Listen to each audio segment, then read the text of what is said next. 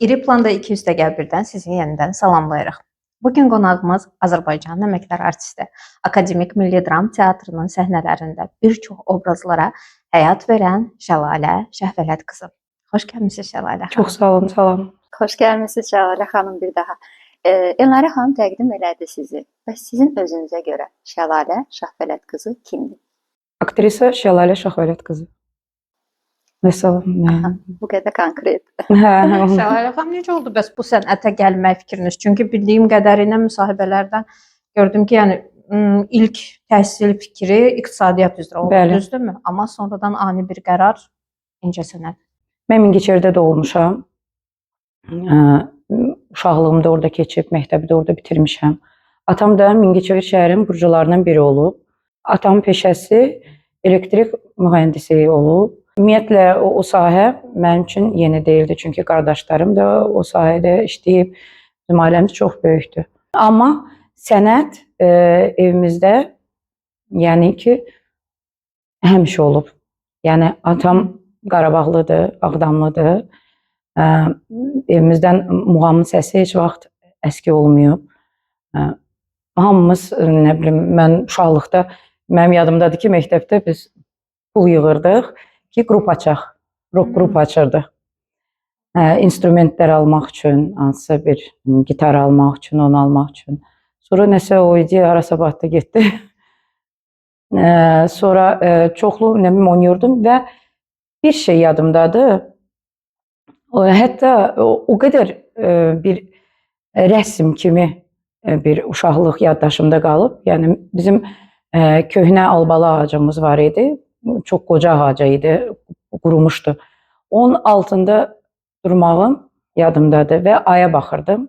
Aya baxıb deyirdim ki, aydan xahiş edirdim ki, məni Alla Pugaçova eləsin. Mənim hardasa 9-10 yaşım olub. Onun üçün müəyyən illər keçdi. İndi Alla Pugaçovada olmasam, aktrisa oldum. Amma İncəsənət Universitetində oxumaq heç mənim ağlımın ucundan da keçməyib. Hər şeydə iştirak eləmişəm, nə bilim, o tamaşa qururdular, oradaydım, birinci, buradaydım, hər şeydən məşğul idim. Musiqi məktəbində oxuyurdum. Demək ki, sadəcə anlamırdım ki, mən elə bu yolu çoxdan tutub getmişəm.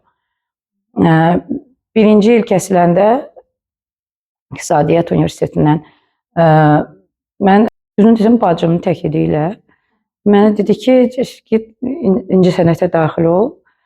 Sonra da ki, baxarsan da sənə lazımdır ya yox.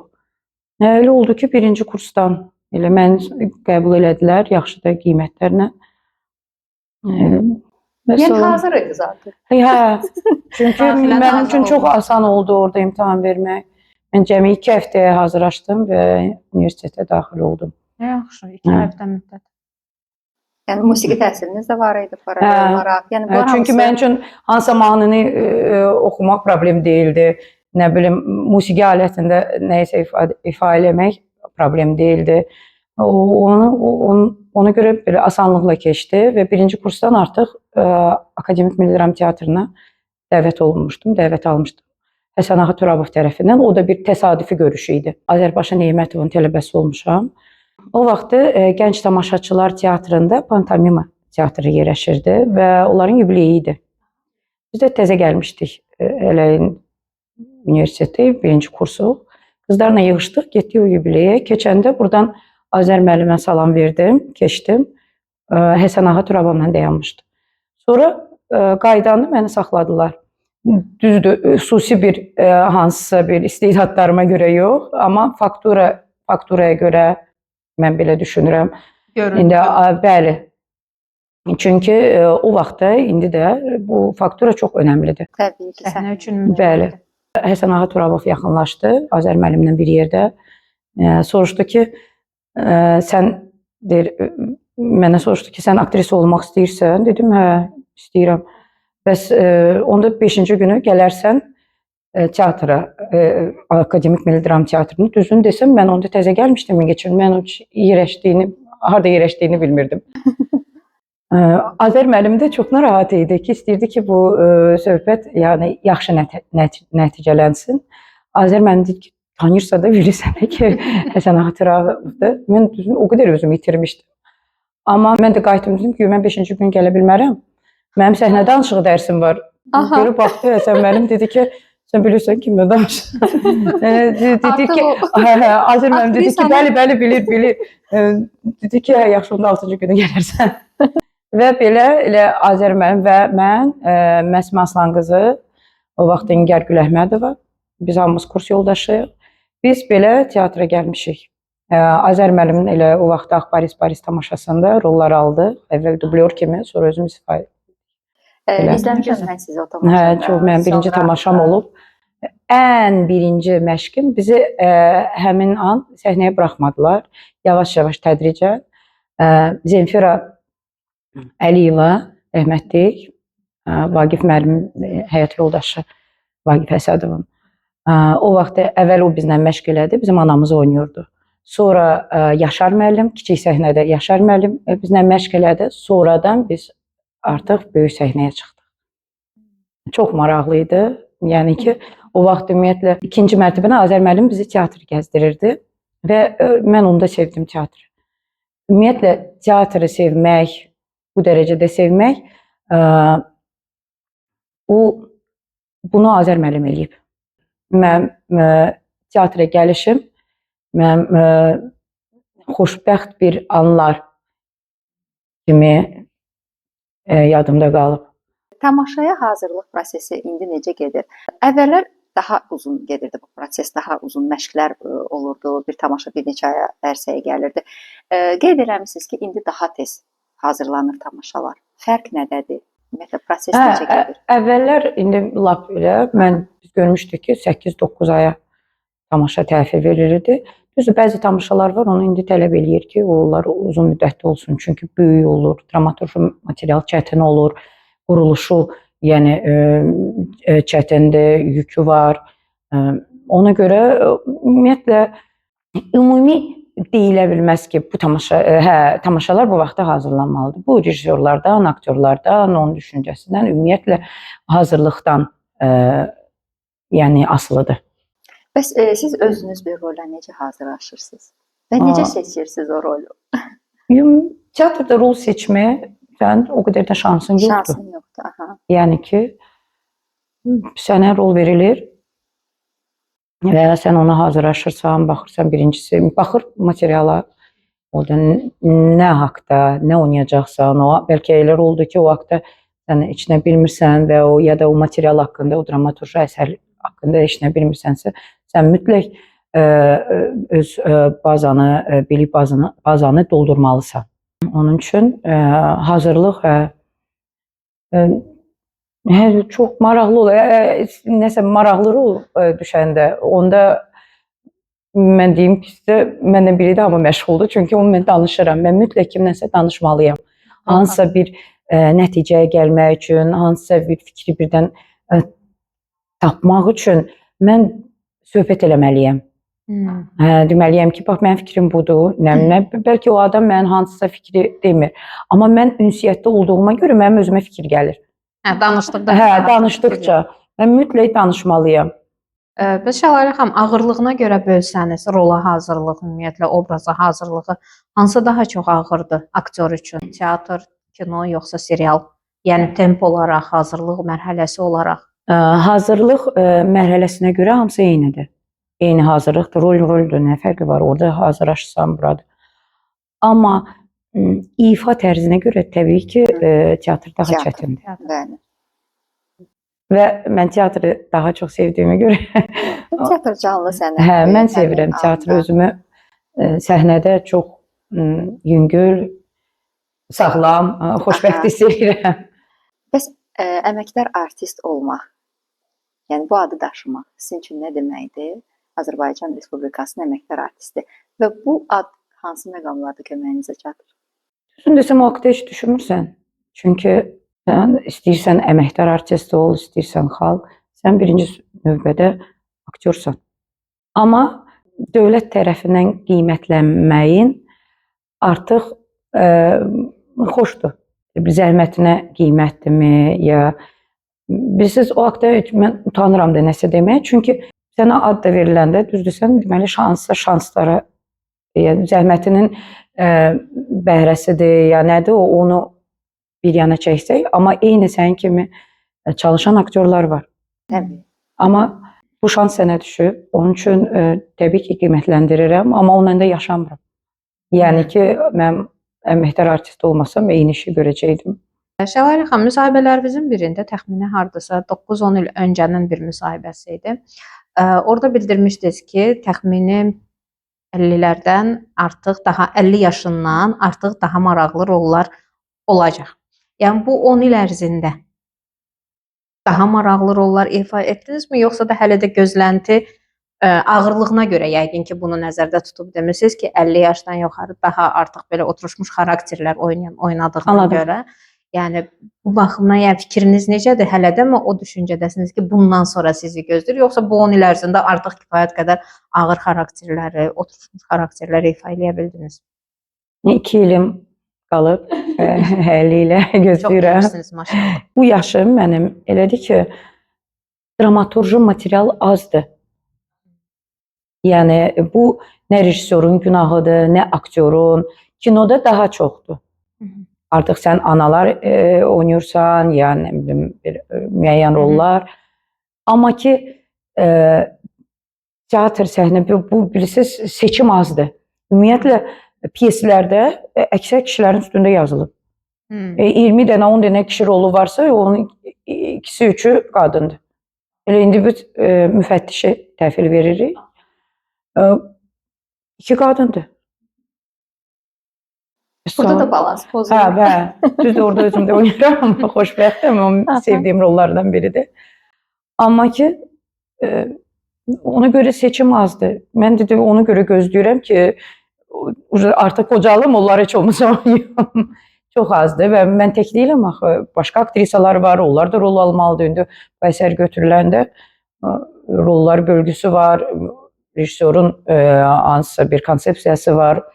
Özü ona görə biraz o sarıdan çətindir. Təbii ki, oynamaq istəyərəm, amma belə bir istədiyim kimi yüklü rol, maraqlı yox. Hələ ki olmayıb. Hələ ki bu 7-8 il ərzində yox olmayıb, amma ümidimi itirmirəm. İnşallah. Başqa işlərlə məşğulam artıq, yazıram özüm üçün nəsə belə pyes ya özüm. Onu da ki düşünürəm ki, o bir dramaturg kimi böyük bir gücüm yoxdur, amma hansısa oynamadığım bəlkə də rollarımdır, orada ifa edirəm. O bəlkə də onlar mənə nəsə köməkli göstərəcək sonradan. Yəni qeydləriniz var, yazırsınız. Qeydlərim var. Hə. Maraqlıdır bu da. Özünüzü ifadə etmək, yəni bu yolda mütləqdir, bəli. Çox gözəl. Yox, çünki mənim bir problemim var. Mən öz-özümdən çox danışıram və mən bunu səsdə eləyirəm. Və bunu mən çıxış yolumu belə tapdım. Çox gözəl. Fikirləri yazın. Beyin işləyir hər dəqiqə. Təsəvvür ki, siz işləyirsiniz, birdən dayanırsınız. Axı bu sən beynini saxlaya bilmərsən, axı deyərsən ki, stop. Elə şey yoxdur. Ona görə gərək nə ilənsə həmişə məşğul olasan. Bəs sizin özünüzün sevdiyiniz hansısa bir rolunuz, sizin üçün xüsusi olan bir rol? Xüsusi rolum əslində var. Düzdür, onların yenidən qayıtmaq istəməzdim, çünki onlar mənim üçün keçmişi tapdı. Məsələn, Elçinin Shakespeare tamaşasında rolum böyük değildi. Kişi arvad rolu idi. O saçımda kəsmişdim o vaxtı. Var idi. Belə şəklinizi görmüşəm sosial şəbəkədə. Çox qısa. O rolu çox sevirdim. Sonra Nicat Kazımovun quruluşunda Reykuni Şorgöz deputat. Ya da Zoryan Şorgöz. İndi onun adını 2-3 dəfə dəyişiblər. Pamela rolu. Çox sevirdim. O artıq grotesk janrıdır. Çox indi məşq elədiyim müfəttiş tamaşasında Anna Andreyevna. Onu da çox sevirəm. Var çox. Amma ən əsasları belə onları çox sevirəm, ən çox sevdiyim. İndi birinci ağlıma onlar gəlib, deməli onlardır. Bəs filmdə, serialda sizi tamaşaçı, çünki teatr elədir ki, teatr xüsusi bir mühitdir və onu sevənlər, onu tamaşaya gedənlər ancaq siz orada görüb izləyə bilirlər. Amma film və serial elədir ki, geniş kütləyə açıqdır və orada aktyorun tanınmaq şansı daha çoxdur. Sizi tamaşaçıya tanıdan hansı film və ya serial oldu ki, tamaşaçı sizi oradan daha çox tanımağa başladı?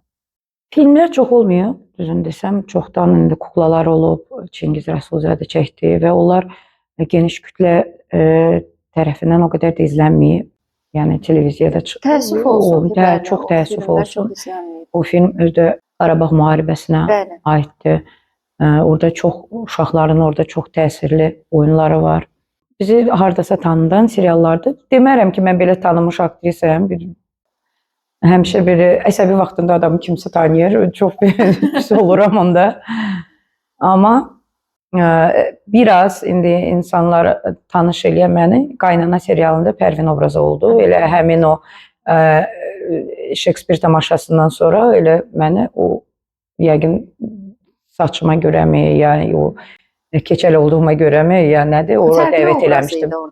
Yəni maraqlı obraz idi. Çox komandada çox maraqlı idi. Mənim çox xoş təəssüratlarım var. Çox maraqla işlədik. Bir o sonra ondan sonra bir-iki serial olub və sonra mən çəkilmədim. Çünki eyni rolları təklif eləyirdilər. Ya müəllimədir, ya eyni səpkidə rollardır. O da düşünürəm ki, bəzi rejissorların başqa bir ifa görmək istəməməyidimi, aktyordan gözləməməyidimi, hansı bir yoxlamaq bir şey, onlar olmadı deyəni mənə maraqsız oldu. Bu seriallarda onsuz da hansısa bir yüksək honorarlar yoxdur. Biz düzdür ona da ehtiyacımız var. Amma ki onun əvəzində heç olmasa bir ona rollar olmalıdır. Yəni rolları seçirsiniz. Eyni şeydə işləmək adam bezir, yorulur. Yəni ki mən heç nə qazanmıram mənəvi oradan. Anladım. Yəni aktyor üçün də inkişaf getmir də. Bəli, dayanırsan, ona görə yəni mənim üçün maraqsız olur. Daydıq mənə əsəb gətirir və mən xəstələnə bilərəm. Çünki daxil düzgün işləmir. Yəni ki, elə bir sən qabağa gedirsən, səni arxadan kimsə tartır. O eyni şeydir. Bu yəni maraqlı məqamdır. Dediniz enerjim. Yəni həmin o bəli. Düz gəlməyə bilər, balans pozula bilər, daxili aləm pozula bilər. Yox, çox əsəbi olursan, xəstələnirsən. Bəlkə də mənim ailəm, yəni mənim ailəm mənim anamdır indi. Mənim uşaqlarım yoxdur, ailəm yoxdur, çox sağ olun. Ona görə mən onu özümə, yəni ki, icazə verə bilərəm. Yəni çəkilməyim. Yəni ki, deyə bilərəm ki, bununla bura qədər kifayətlənirəm, bəsdir. Amma başqa aktyorlar məcburdur onu eləməyə, çünki evdə balası gözləyir onu. Aydın məsələdir. Amma seçici olmağınız da maraqlıdır ki, yəni rollar bu qədər həssas çalışıram. Yəni bu qədər həssas yanaşmağınızda. Mümkün qədər çalışıram, çünki bu mənim işimdir. Mənim işimdə, mənim həyatımda. Artıq bu aktyor olmaq artıq həyat tərzindir. Sən ümumiyyətlə həmişə düşünürsən rol haqqında, evdə də hardasa düşünürsən, orada rola hazırlıq tək dəftərlə ya kitabla olmur. Hər dəfə bura işləyir. Artıq sən rolu aldın, sən yolda da gedəndə onu düşünə gedirsən. Yuxuya gedəndə də birinci o gəlir, birdən öz-özünə gəlir artıq. Bu vərdişdirmi, nədir? Bəs Əqrəb mövsümünə necə oldu təklif? Bax, orada dediyiniz biraz fərqli roldu. Bəli. Dramatik, belə deyək, roldu. Yəni sizi elə bir rolda görməyə alışmamışdıq. Bəli. Çox da gözəl ifa edirsiniz. Çox qəşəng, yəni izlənilir.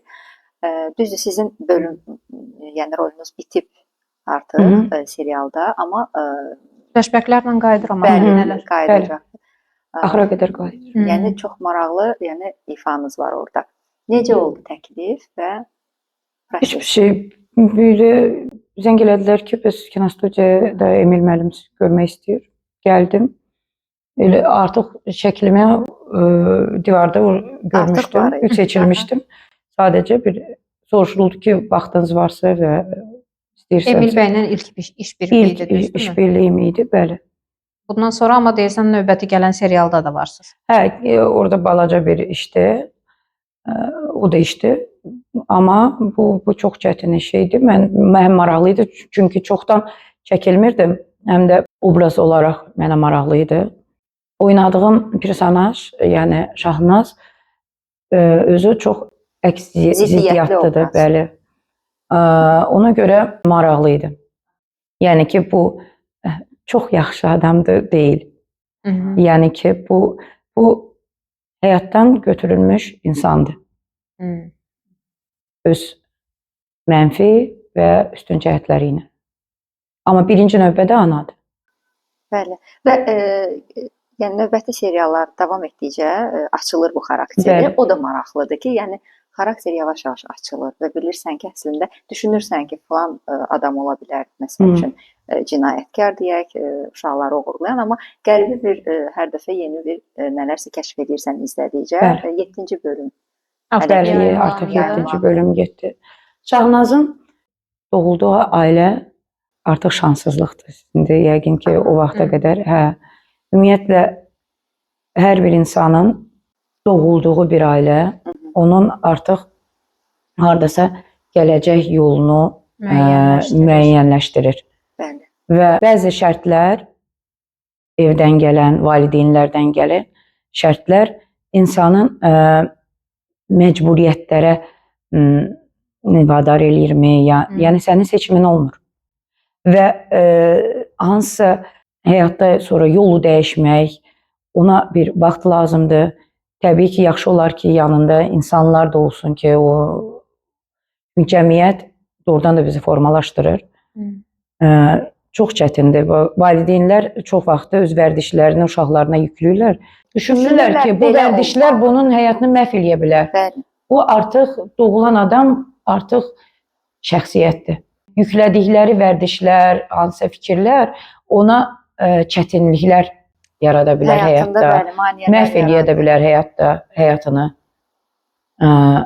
Və bu Şahnaza da aiddir, Sonaya da, iki bacıya da. Bəs Şəlalə xanım, rolun uğurlu alınması üçün aktyorun oynadığı obraza haqq qazandırması da lazımdır. Mütləqdir.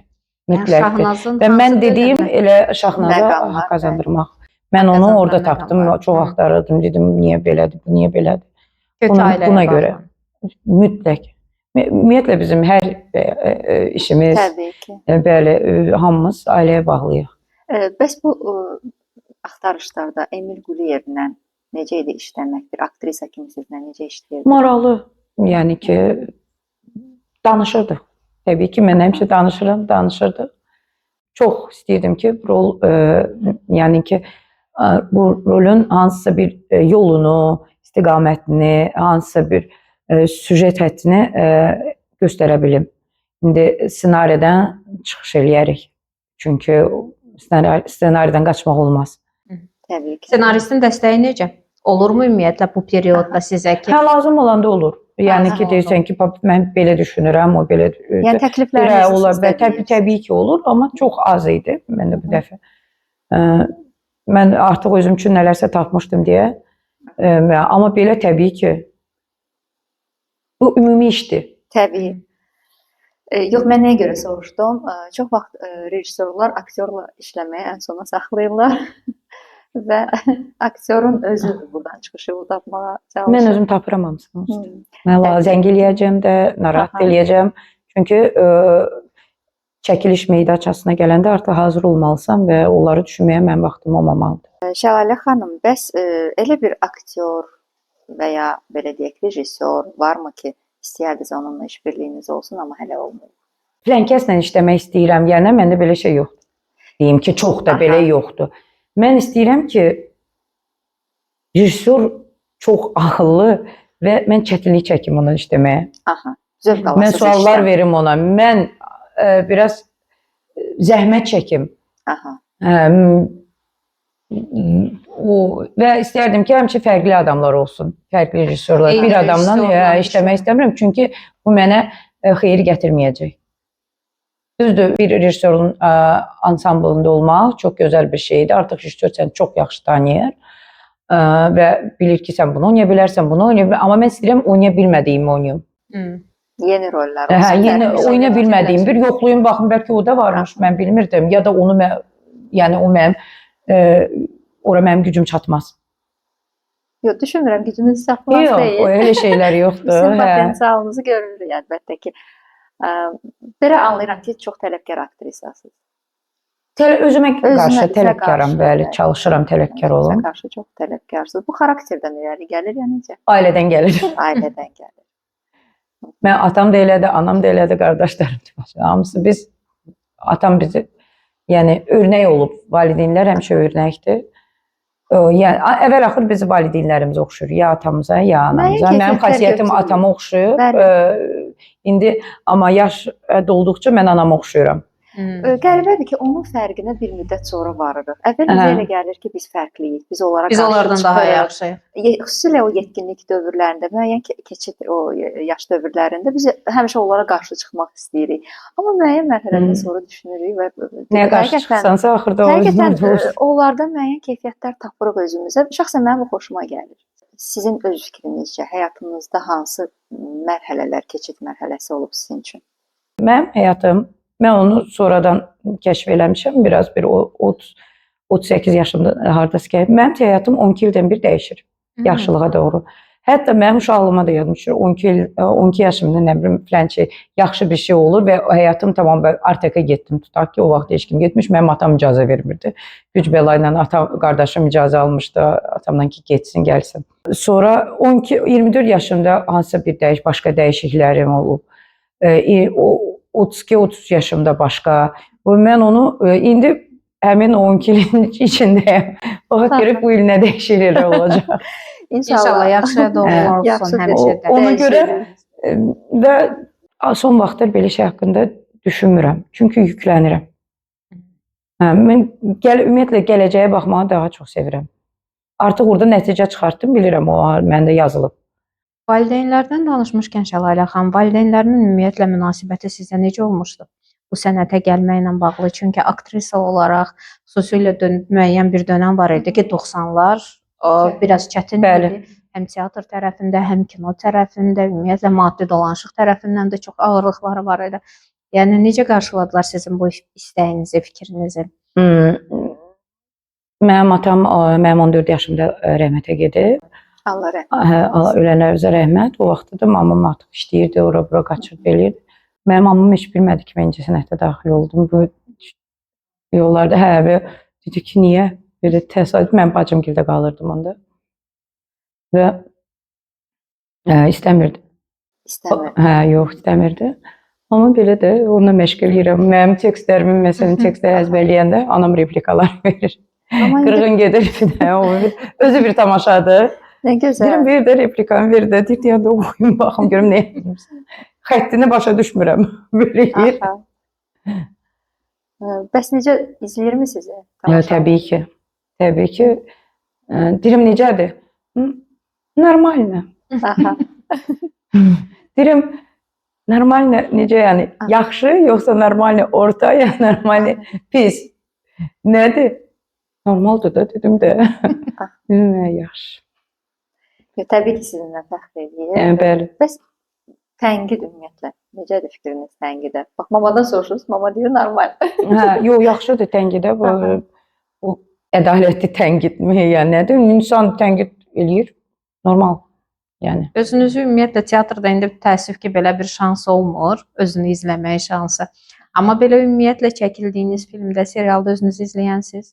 Məcbur, baxıram özümə, çox nələr keçirirəm, Allah bilir. Amma onu öyrədirəm. Məcbur onu eləyirəm, çünki eləməliyəm, baxmalıyam. Bir baxım ki, hansısa bir, çünki kino dili başqa bir şeydir. Baxıram, görüm nə oynamışam da, bir səhvlərimə baxıram, düzünə baxıram. Amma o qədər ağırlıq çökür üstümə o anda. Çünki əsəbləşirəm, nəyisə görəndə baxa bilmirəm. Deyirəm, ayda gərək bunu belə eləyərdim. Elə əqrəb mövsümündə baxanda deyirəm, ayda gərək bunu monoloqu bölərdim onu, nəyisə belə deyəməzdim, belə deyərdim.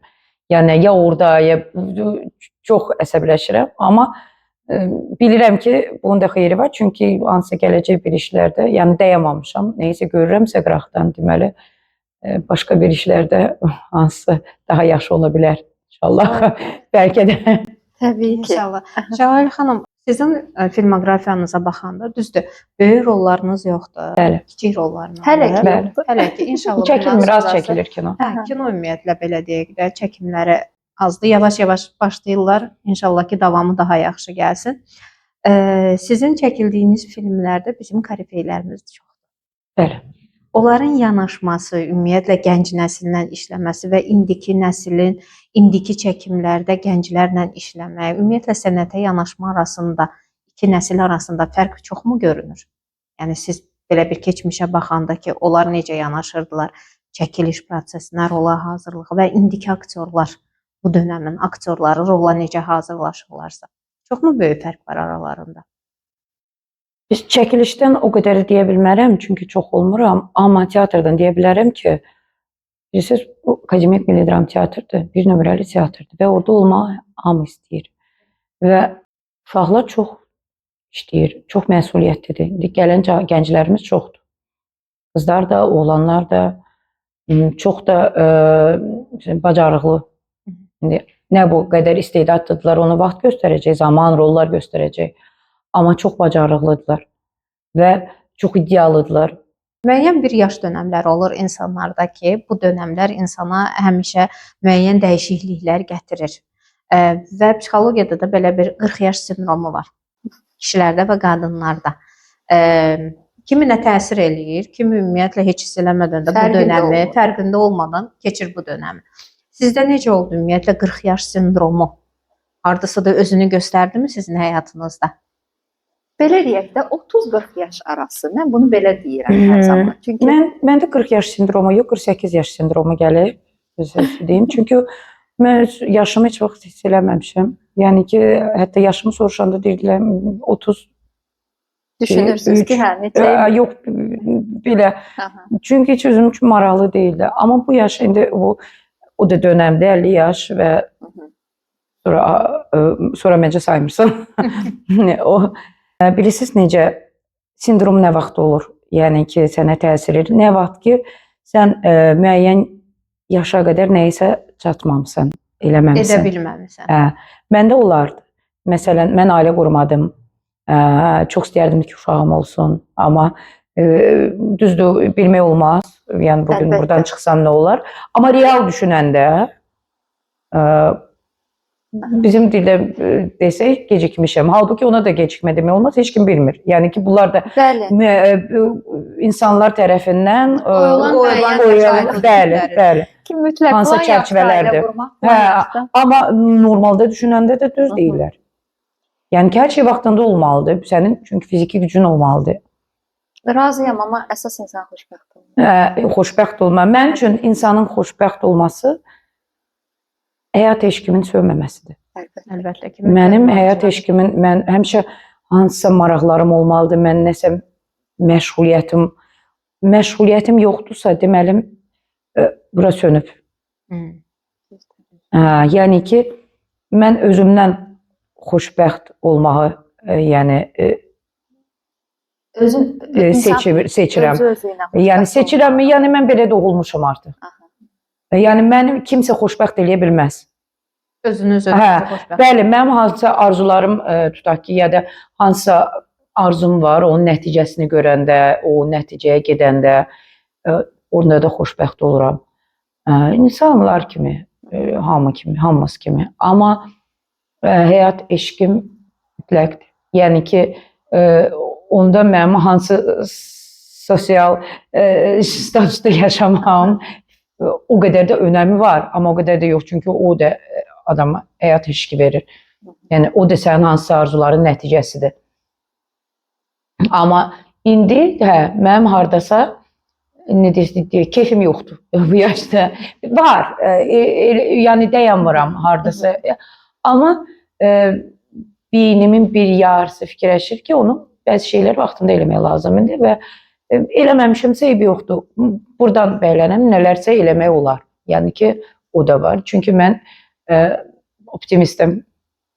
Yəni Etməməkdə səbəbləriniz olubmu? Yoxsa təsadüfdən sadəcə olaraq həyat beləmi gətirib? Yoxsa xüsusi seçiminiz mi olub? Həyat elə gətirib, axı, bizim hansısa bir seçimlərimizdən gəlir. Həyat elə gətirib. Biz gətirmişik. Biz həyatı aparırıq. Öz həyatımı mən aparırım. Hansısa seçimlər bəlkə də səhv olub, bəlkə də düz olub, bilmək olmaz. Əlbəttə ki, nəyin xeyirli olduğunu heç bilmir. Ancaq bəlkə, nə bilim, yaxınlarım öləndən sonra deyə bilər, ya da ki, mən ölüm ayağında o anda düşünə bilərim ki, ayda onu bilmək olmur. və bilmək olmur və bəlkə də bu belə fikirləşmək mənə rahatlıq verir hardasa, amma o rahatlıq verməyi də mənə narahat eləyir ki, çünki mən istəyirəm ki, məni narahat eləsin. Və narahat olanda nəyisə cəhd edib hansı bir addımlar atırsam. Bu özünü analizdən gəlir. Çox beyin qarışır. Çünki çıxış yolu tapmırsan deyənə. O çıxış yolu yoxdur deyənə qapını tapa bilmirsən. Amma deyib 99, 100 qapıdan 99'u bağlısı biri açıq. Əlbəttə ki. Axır ki, o gəlib çıxacam o 100-cüyə. Əlbəttə ki. Sadəcə olaraq 30-40 yaş arası belə deyək, ümumiyyətlə insanın məncə həyatında çox önəmli bir mərhələdir. Özünü analiz edirsən. Səhvlərindən, düzlərindən, biraz özünlə elə bil ki, necə deyək, belə daha səmimi olursan. Mən sizə bir söz deyim, 30-40 yaş mənim yəqin ki, indi bunlar keçir. Çünki yəqin ki, mən insanlar 30 yaşında hansısa nəticəyə gələndə mən biraz gec gəlmişəm ona. Bəlkə də öz təcrübəm lazım idi. Amma təbii ki, indi fikirləşirəm ki, bunun təcrübə məndə nə ola bilər? O özüm də yoxlayım, biraz müəyyən analizdən, fikirləşmələrdən sonra olur. İndi sadəcə bəzi şeylər var ki, vaxtında olmalı idi, amma bilmək olmaz. Şəlalə xanım, yaşla bağlı danışdıq. Sənətdə aktrisa qadın olaraq ümumiyyətlə elə bir çətinliklər varmı? Yaş fərqini kənara qoysaq, istənilən yaşda insan çətinliklər var. Aktrisa olmağın qarşınıza gətirdiyi çətinliklər varmı ümumiyyətlə sənətdə? Qadının da, kişinin də aktyor kimi, yəni yükü eynidir. Eyni cürə rola hazırlaşır, çəkilişə gedir. Amma qadının bir çətinliyi var ki, kişi gedir çox vaxt evdə dincəlir. Amma qadın gedir elə məişət problemləri ilə məşğuldur bu. İstər-istəməz lap sənin evində bir 40 dənə işçi varsa, sən ən azından bunları yoxlamalısan, bilməlisən. Çünki evin yiyəsi sənsin. Yəni ki, bu sosial təbəqədən asılı olmayaraq qadın məişətin kraliçəsidir. Yəni ki, evi pişirir uşaqlarına, yoldaşına, sairə onlara diqqət yetirməlidir. Ona görə biraz o sarıdan çətinlikdir.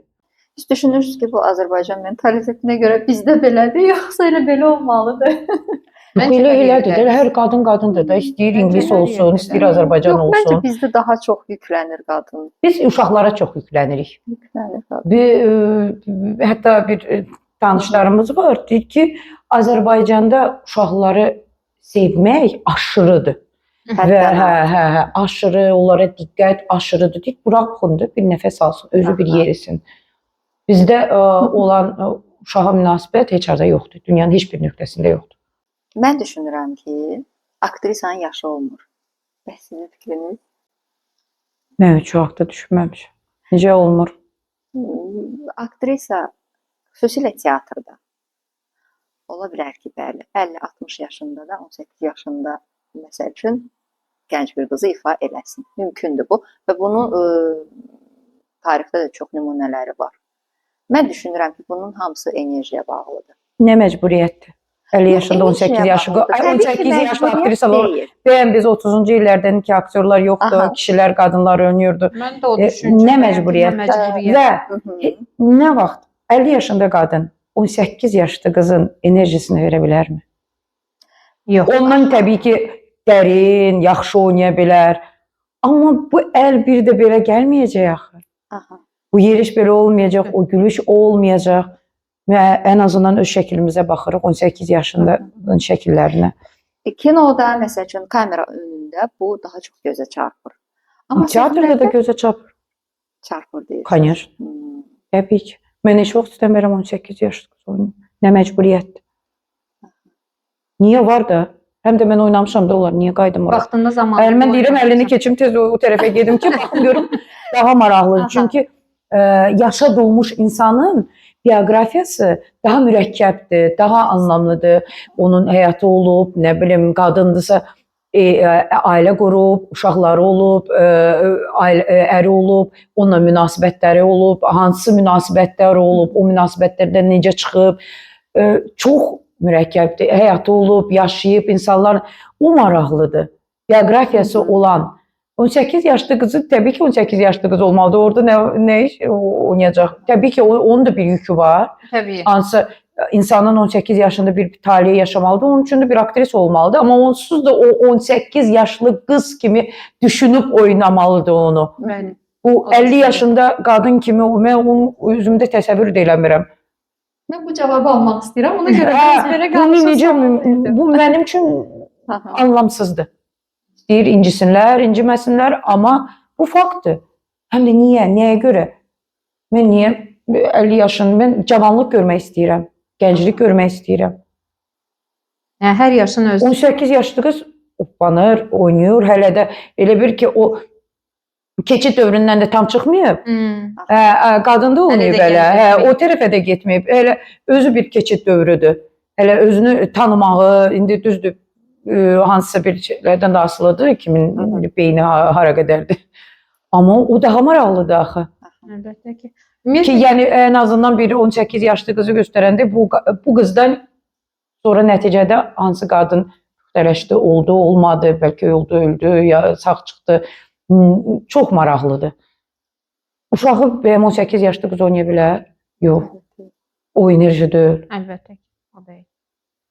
Ümumiyyətlə Şəlalə xanım, sizə görə, sizin öz yanaşmanızda sizə verilən rollar sizin yaşınıza uyğundurmu? Yoxsa daha olğunları mı oynamaq istərdiniz, yoxsa daha gəncləri mi oynamaq istərdiniz? Gənclə mənada 18 yaşdan söhbət getmir. Bəli. Amma yəni bu yaş dövrünüzə görə, yəni çoxmu daha yaşlı obrazlar verirlərmi, yoxsa elə kifayət qədər stabil saxlanırmı bu balans sizdə? Kifayət qədər stabil idi, amma yenə də məndə də başqa problem idi. Məndə o daha olğun rollar idi, 30-35 yaşlı. Mən dedim ki, mən bu rola elə paltar kimi böyüyəcəm içinə.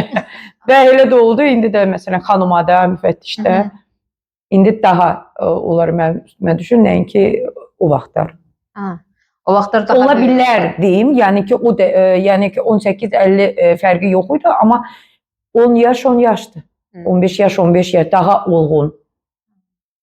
Və baxmayın, aktrisanın ailəsi olmağı, ailəli aktrisa və ailə oynayanda, ana oynayanda tamam başqadır. Məsələn, mən çətinlik çəkirdim. Mən ailəli olmamışam, yəni ki, heç kimlə 20 il, 30 il bir evdə yaşamamışam ki, bir deyim ki, kişi-qadın münasibəti evin içində, kişi-qadın da yox, ər-arvad münasibəti başqa bir şeydir. O səhvlərimi orada gördüm mən. Yəni ki, adi bir əqrəb mövzusunda bir balaca epizod ki, uşaqları axtaranda mən orada biraz çox düşündüm ki, mən ana deyiləm axı özüm. Mən onun özümə tapdım nələrsə. İndi nə dərəcədə alım mən bilmirəm, amma mən çətinlik çəkdim. Mən fikirləşirdim ki, ana balası necə axtara bilər? Və hətta mən soruşurdum.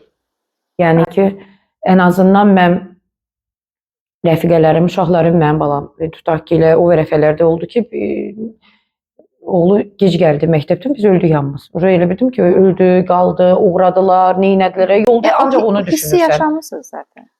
O bilmirəm, odumu? Mən axı ana deyildim, mən onu çox sevirəm, amma mən anası deyiləm. Amma siz aktrisasınız və empatiya yəni ki, heç o yaxın eləyə bilərəm, amma eyni hiss. Ana olanda daha yaxındır, o anlamağa yaxındır. Sən onu kopya eləyib eləmirsən. Sən onsuz da vəziyyəti oynayırsan, o çıxış eləyirsən ssenaridən. Yəni ki, onu mümkün deyil özün kimi oxuyursan. Sən o obrazdan çıxış eləyib oynayırsan. Amma yenə də o hissləri bilmək daha yaxşı olardı. O münasibətləri bilmək daha yaxşı olardı. O tərəfdən biraz mən o çətinliyim var. Yox, mən düşünürəm ki, yəni əqrəb mövsümündə uğurluydu sizin ifanız, belə düşünürəm. Nəyə görə? Çünki ssenariyin gedişatında da, növbəti seriallarda da açılacaq hadisələr. Bəli, açılacaq. Yəni rejissor da bilir ki, bunu nəyə görə bu cür ifadə edir Şəlalə xanım burada. Səbəbi var onun. Səhnəni nəyə görə belə? Bəlkə də tamaşaçı indi baxanda deyə bilər ki, məsəl üçün bu daha emosional ana olmalı idi, amma onun da bir necə deyirlər, amma belə bir şey də var ki, hər ana da eyni emosiyana, eyni situasiyaya göstərir. Bəli, o situasiya, onu deyirəm, situasiyaya görə, amma ümumiyyətlə fikir olaraq da daha yaxşı olar bilsəm. O, yəni sən dəqiq biləndə sən onda artıq onu yozursan. Bu onda belədir, bu belə. O çətinliklərim var. Amma bəlkə də heç ehtiyac yoxdur onları düşünməyə, bilmirəm. O çox çətin işdir. Birisi sənət bu belədir. Həmişə sən düşünürsən, deyirsən ki, həm də çox istəyirəm ki, mükəmməl olsun. Hansısa işə baxım, deyim ki, bu budur. Bu da heç cür gəlib istədiyim kimi olmur. Çox vaxtı. Yox, sizin tərəfdən özünə tənqid yaxşıdır. Əslində insanın özünə tənqidi yanaşması, insan nə vaxt ki özündən razı olur və mən bunu mükəmməl elədim və mən ən yaxşısını elədim deyəndə insanın inkişafı orada dayanır. Evet. Amma özünə tənqidlə yanaşanda o həmişə bir addım öndədir. Özünə tənqid çox gözəl bir şeydir. Yəni istənilən sahədə aktyor, rejissor, musiqiçi fərqi yoxdur. Mən istədiyim, mən özümü tənqid eləməzəm. Mənim tənqidçilərim bölümdədir hamısı. O imkan vermirlər, biraz burnumu belə eləyib. Belə 2 kəlmədə qəşəng cümləni ayıldırlar. Yəni mənim belə mən heç çox belə populyar tanınmış olmamışım. Belə yəni böyük istəyim də olmayıb. O məqsədim olmayıb heç vaxt. Kifayət qədər tanıyırlar. Yəni ki bu məqsədim olmayıb heç vaxt. Yəni mənim məqsədim olub ki, mən biraz rahat buraxsınlar ki, mən işimlə məşğul olum. Siz əsas əlbəttə işinizlə məşğul olmağı sevirsiniz. Şəlalə xanım, bəs sosial şəbəkələrdə necə aktivsizmi, ümumiyyətlə həyatımızda rolu çoxdur sosial şəbəkələrin. Məcburiyyətdənmi, bəlkə də yaxşıdır tanınmaq baxımından, özünü ifadə etmək baxımından. Məsəl üçün oynadığınız hər hansısa bir tamaşa paylaşılır, daha çox izləyiciyə çatır. Oynadığınız film, Əqrəb mövsümü məsəl üçün hal-hazırda daha populyardır, YouTube üzərindən də izləmək olur. Daha çox tanınmağınıza xidmət edir. Özünüz istədiyiniz zaman məsəl üçün rahat baxa bilirik dəfələrlə. Bu baxımdan yanaşanda sosial şəbəkənin həyatımızdakı rolu və sizin həyatınızdakı rolu. Ümumiyyətlə hamımızın həyatında böyük artıq rol oynayır sosial şəbəkələr. Çünki ifa tərzi o. Yəni bizdə yaradıb yeni ifa tərzi. İndi cürbəcür baxır ki, kim izləyirsən. Hansı məqsədlər sağlamı var, sağlamı olmayanı var. Təbii ki, orada seçim. Artıq seçimdir və hər zaman bəlkə də hardasa yaxşıdır. Çünki ya biz böyümüşük, ya da həyat doğrudan da biraz gərginləşib, çətinləşib. İnsanlar heç olmasa hansısa bir hisslərini, emosiyalarını orada yəni ki ifa eləyib, tullantı kimi bir şeyli olur.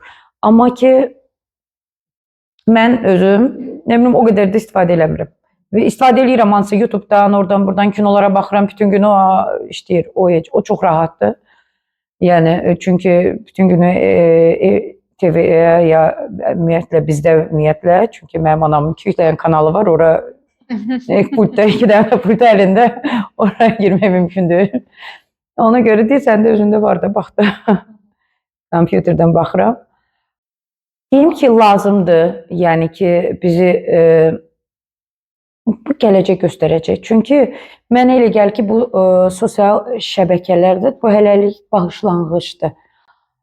Bəlkə də hərdən fikirləşirəm, teatrda olmayacaq, o da olmayacaq. Bir də o ağlılarıma da, o şeylər də ağlıma gəlir. Çünki kimin ağlına gələ bilərdi ki, belə bir şəbəkələr olacaq, bir belə asanlıqla telefonlardan istifadə eləyəcək ya s. Bilmirəm, belə bir mənalı cavab verə bilmirəm. Çünki o qədər də yəni ki, bələd deyiləm xırdalıqlarla. Təbii ki, bir şey var ki, söndürsən interneti, hamısı heç nə qalmayacaq. O da var. İçinə qalmır.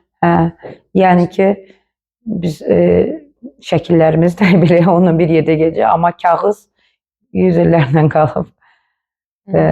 İndi də bizim mən qorxuram ki, bu boyda bir əziyyət çəkirik, filmlər, bu hamısı sönəcək, hansısa bir TikTokerin videosu qalacaq, deyəcəklər, bunlar idi. Yox, mən düşünmürəm.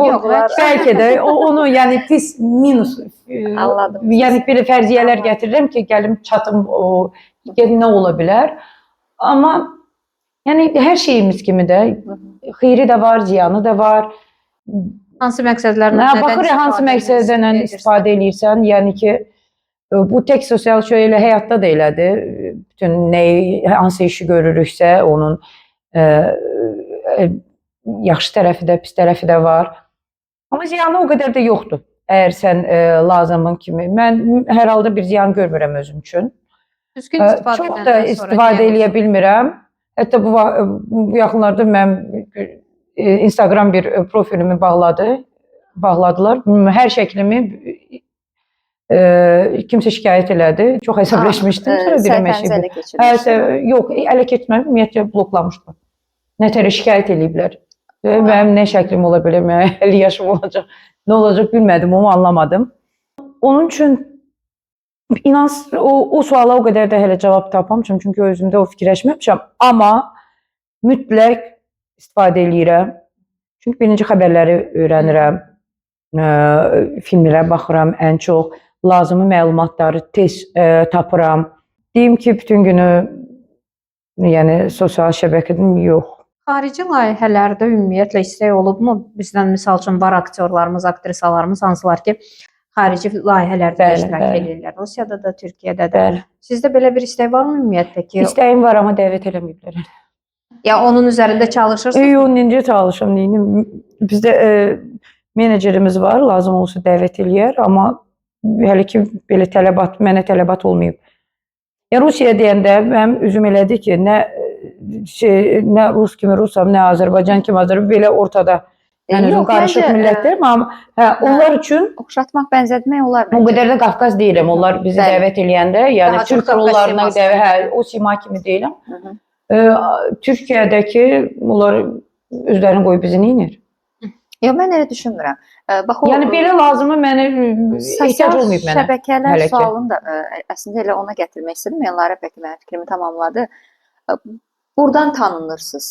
Sosial Bəli. şəbəkədən tanınırsınız. Kimsə sizin profilinizi axtaranda birinci ağlı gəlir ki, Bəli, açım, bəli. Mütləq sosial olmalıdır ona görə. şəbəkədən baxım ki, bu xanım hansı rolları ifa edib, necə Bəli. bir aktrisadır. Yəni bax bunun xüsusilə aktyorların belə deyək də sosial şəbəkədə aktiv olmalı aktyor aktrisaların mənə elə gəlir indiki zamanın tələblərinə görə çox vacibdir. Vacibdir. Çox vacibdir Bəli, və özünüz də vacibdir, dediyiniz düzdür. kimi özüm də Amma izləyim. sadəcə bu istəyim o qədər deyil hələ ki. Hı -hı. Belə arada olur, o gərək həmişə məşğul olasan onunla. Hə, onun üzərində Hə, daim onun üzərində işləməlisən. işləyib gərək kimsə eləsin onu. Ona görə elədir. Amma belə çox işlərimiz də yoxdur. Bir eyni mən sevmirəm belə, onu da sevmirəm. Yəni ki, hər dəfə yəni yeni olmalıdır, nəsə bir şey olmalıdır. Onun üçün yəqin o qədər də sosial platforma üçün o qədər də maraqlı deyiləm. O da var. Gərək maraqlı olasan, seçiləsən. Nə olsun ki, sən aktyorsan. Yox, mən elə düşünmürəm. Mən düşünürəm ki, özünü biraz təqdim eləmək lazımdır. Ola bilər. Bəli. Bəlkə də mən Çox onu lazımdır. deyim sizə, indi bax tapdım. Bəlkə mən o qədər də insanlar üçün açılmaq istəmirəm. O da ola bilər. Da bax, birinci, mən sizə deyim elə birinci odur. Bəlkə də mən bayaqdan fırlanıram deyə, gəldim elə odur. Mən ola bilər ki, insanlar ki, düşünürəm ki, nə ola bilər, maraqlı ola bilər. Rol, film maraqlı ola bilər. Amma hə, səni həmişə əgər sən hansısa bir izləyicilərin varsa, sən onlara maraqlısan və onlar yəqin ki, sənin üçün səni daha geniş, daha belə yaxından tanımaq istəyər. Amma bilmirəm, işləyirəm o üzrə. Mənim də. Yaxşı. Şəlalə xanım, ümumiyyətlə duyğularla bağlı, əgər danışsaq duyğulardan, sevgi sizin üçün nə ifadə edir? Konkret qarşı cinsdən söhbət getmir. Ümumiyyətlə sevgi. Sevgi xoşbəxtlikdir. Əsas hər adama verilmir. Ümumiyyətcə, mən sizə deyim ki, mən heç bir işimi sevgisiz eləmirəm. Heç evdən çıxmaram. Əgər istəmirəmsə və o mənə hansısa bir emosiyalar bağışlamırsa. Hərdən özümü məcbur eləyirəm. Deyirəm ki, bəlkə mən səhv düşürəm və olur ki, səhv düşünürəm. Yaxşı olur ki, hansısa bir işi görürəm və o anda sevgi yaranır. Amma o çox qısa olur. Amma sevgi ilə yemək pişirirsən, sevgi ilə elə xırda şey, o məişət şeyləri deyəndə sevgi ilə iş görürsən, sevdiyin insanların yanında olur. Mənim ətrafımda bir dənə sevmədiyim adam, yaxın adamım yoxdur. Sevmədiyimləri mən ona heç nə eləmirəm. Sadəcə salam, sağ ol, belə maraqlanıram. Məsafəli. Heç vaxt, biraz məsafəli. Amma anlayışlı oluram mütləq onlara, çünki onların günahı yoxdur bunda. Mən sizə deyim ki, sevmədiyim insanlara daha bəlkə də anlayışlı oluram ki, qəlbini incitməyim, nəinki özümkilər. Çünki özümkilər başlayacaq amma çox belə qəribə hisdir o. Çünki o, nə deyəsən, o neyinib mənə heç bir şey eləməyib. Dostluq necə? Çox. Mən dost sevənəm və mənim rəfiqələrim, dostlarım, ailəvi dostlarım, ümumiyyətlə bütün ətrafım biz ailəvi dostluq eləyirik. Yəni ki, onların ailəsinin içiyəm mən. Ən yaxınlarım bir-iki nəfərdir, lap yaxın mənim rəfiqəm var. Biz 30 ildir dostluq eləyirik. Mənim sinif yoldaşım var. Biz 5-ci sinifdən, 5 yaşımızdan dostluq eləyirik, məktəbə getməmişdən. Biz yaxınlarda dostluq eləyirdik, indiyə qədər. Bəs sənət sahəsində? Sənət sahəsində də dostlarım, rəfiqələrim çox yaxın var. Və hamımız da ailəvi dostluq eləyirik. Bir-birimizin içi belə dostluq, biz qohumuq artıq. Aha. Ümumiyyətlə deyirlər dostluq 7 ili keçəndən sonra o artıq dostluq olur. Bir illəri bilmirəm, amma 7 il keçib 30 il. Ən azından mən Bakıda yaşayıram 18 yaşımdan. Demək olar ki, birinci kursdan. Əksər dostlarım da o yaşdan qalıb və illərdir biz hardasa bəlkə məsafə olub 1 il, 2 il. Amma yenə də görüşdüyümüzdə eyni yerdən davam eləyirdik. Qaldığımız Mümkün deyildi, qaldığımız yerdən davam eləyirdik. Ümumiyyətlə, mən insanın dostu olmayanda mən düşünürəm ki, onun günahıdır birinci növbədə. Yəni ki, illər boyu sən bir dənə dost tapa bilməmsən, bir dənə sirdaşın olmuyor. Mən həyatımı, hər şeyimi həvalə edə bilərəm. Onlar da mənə. Və sənətdə dost yoxdur deyə yalan var. Səndən asılıdır. Necə yoxdur? Hər yerdə var. Necə bizim sənətimiz, hər işdə problemlər var, rəqabət var, paxıllıq var. Sadəcə bir üzdəyik. Necə cəmadın içindən dostu yoxdur. O nə deməkdir? Aktyorluqda, sənətdə dost yoxdur. Mən onu başa düşmürəm. Ümumiyyətlə kollektivi də deyirlər. Ki, kollektivdə dostluq olmur, amma mən razılaşmıram. Biz o kollektiv necə o kollektiv olur? Bu bunun dostudur, onun dostudur. Onun hamı bir-birinin xətrinə adından bu kollektiv olur. Əlbəttə. Necə o, insanlar necə yaşayır? Hamı pisdir, elə şey yoxdur. Əksər insanlar yaxşıdır. Ona görə dünya hələ ki biz yaşayırıq, hələ ki günəş çıxır, hələ ki ay var. Baxırsan insanlara necə yanaşırsan. Sənin yanaşmandan da çox şey asılıdır. Sən pis yanaşırsansa, demək ki, sənin ətrafında da pis olur. Və o dostluğu yaratma illər lazımdır. Əlbəttə. İllər. Dostluq bir günün Bir-iki nəfər, yəni ki, çıxdı, yəni ki, o yolda qaldı orada. Amma ki, qalanları hamısının yanındadır. Mən də onların yanındayım. Əslində, yaxşı dost, illərlə davam edən dostluq insanın uğurudur. O ən böyük. Mən həmişə deyirəm, mənim dostlarımın, bu cür dostlarımın olmağı mənim ən böyük uğurumdur həyatda. Ona görə mən elə xoşbəxtəm. Nə gözəl. Bəs qısqancsızmı dostlara qarşı ümumiyyətlə də? Yəni, həyatda qısqanc insansızmı? Sevdiyiniz insanlara qarşı? Yox, nəyini qısqanım dostlarım? Yox, ümumiyyətlə, yəni sevdiyiniz insanlara, doğmalara qarşı qoruyucu, qısqanc bir yəni. Evin içində dostluq, evin içi kimi evdə bacı qardaşına qısqanclığın nə ola bilər? Yox. Bəs sizə bir qısqanclıq olanda sənətdənmi, səhnədənmi? Bunu hiss eləyirsiniz və necə? Eləyirəm olsun da. Niyə olmasın? O da istəyir. Yetər ki, pislik eləməsin, o da eləsə eləyəcək, olacaq. Mənim deyil, ya cavab lazım olsa cavabını da verərəm. Yəni ki, bağışlaya bilirsiniz. Hə, baxır nəyi? Rahat bağışlayırsınız. Yox. Yox.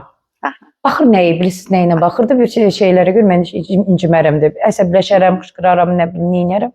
Amma əsəbləşmişəmsə, deməli yaxşıdır. Deməli çıxdı getdi. Biganə deyil. Hə, amma bir fikir bildirəmirəmsə, deməli mənim üçün mənasız bir adamdır artıq. Şəlalə xanım, sizi xoşbəxt etmək asandır ətrafınız üçün.